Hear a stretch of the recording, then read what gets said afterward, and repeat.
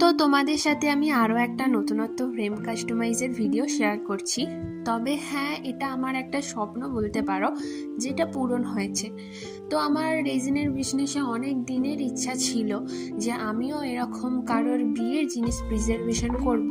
তবে আমার কাছে না অর্ডার এলে তো আমি কোনোদিন এরকম কাজ করতে পারবো না। তাই এটা আমার কাছে একটা অনেকটা বড় স্বপ্নের মতোই, যেটা পূরণ হয়েছে। তো যেই দিদিভাই অর্ডার করেছিল সেই দিদিভাই আমাকে পুরো শেপ বা বেশ প্রথমত তার বাজেটটাই আমাকে জানিয়ে দিয়েছিল। তো সেখান থেকে দিদিভাই বলেছিল যে পুরোটাই আমার মনের মতো কাস্টমাইজ করতে, আর জিনিসগুলো যেন ওর মধ্যে ধরে যায়। দিদিভাই একটা ছোট্ট আবদার করেছিল যে আমি যেন রেড আর হোয়াইট বেশি রাখি।